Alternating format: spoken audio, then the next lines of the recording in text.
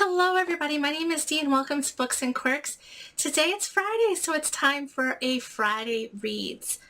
So last Friday there was still 2 days left in the Booktubeathon, and I only finished one of the remaining books.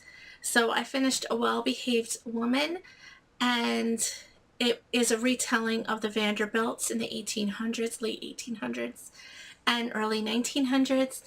And I really enjoyed it, but it took me a lot longer than I had originally anticipated. And after that, I was kind of a little burnt out, so I wound up not really doing anything after that. By the time I finished A Well-Behaved Woman, it was already Sunday, and that was the last day of the Booktubeathon. So I only finished 5 out of the 7 books. If I pushed myself, I really could have finished the last 2 because they were short, and but I didn't want to force myself into it since I was feeling a little bit burnt out and needed a break my eyes needed a break. So I did start one book this week, and I will be continuing on this weekend.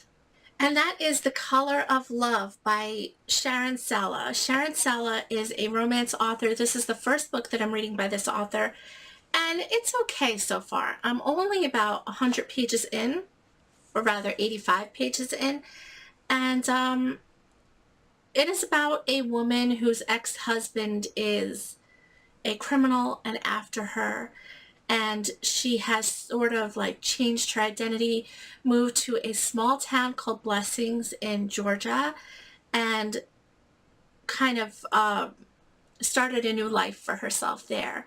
And the romance in the story, I think, is going to be between her and the lawyer in town. His name is Peanut, though, which is kind of throwing me off. I don't associate Peanut with a big strapping, man. But it is what it is. And it's okay so far. It's nothing super special, but I do want to finish this for the Summer Romance Book Bingo challenge of a book that takes place in a small town. So this will be a weekend read. The next book that I will be starting is a buddy read, and I will be reading this with Cheryl over at CR Flames Fan, and we will be reading The Mists of Avalon. Now, this is a 900-page book, and we will be reading about 50 pages a day starting this Sunday, and it's going to take us about 3 weeks to read because of the length of the book.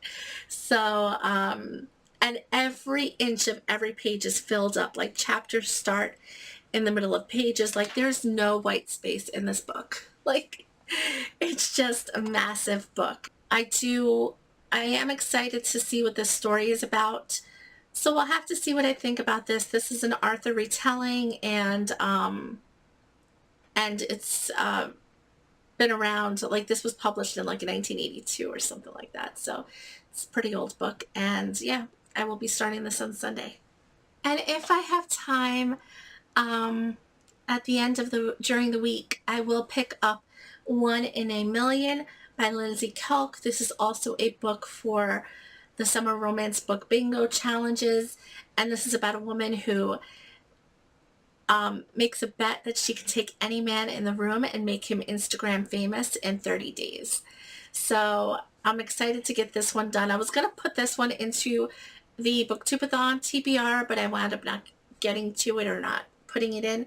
So I will be trying this out this week. The Summer Romance Book Bingo only goes through the end of August, so I really want to try to get quite a few books in the next 3 weeks, and try to fill in those squares. I haven't yet made bingo, but I'm 2 squares away. No, I'm 1 square away on 2 different rows.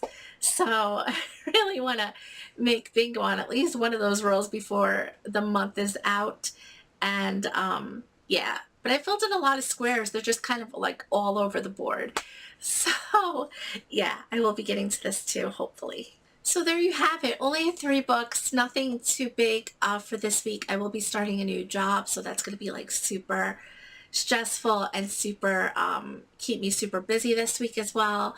But hopefully I'll still get a lot of reading done in the evenings. And that is all I have for you. I hope you all have a good day. and I will see you all very, very soon.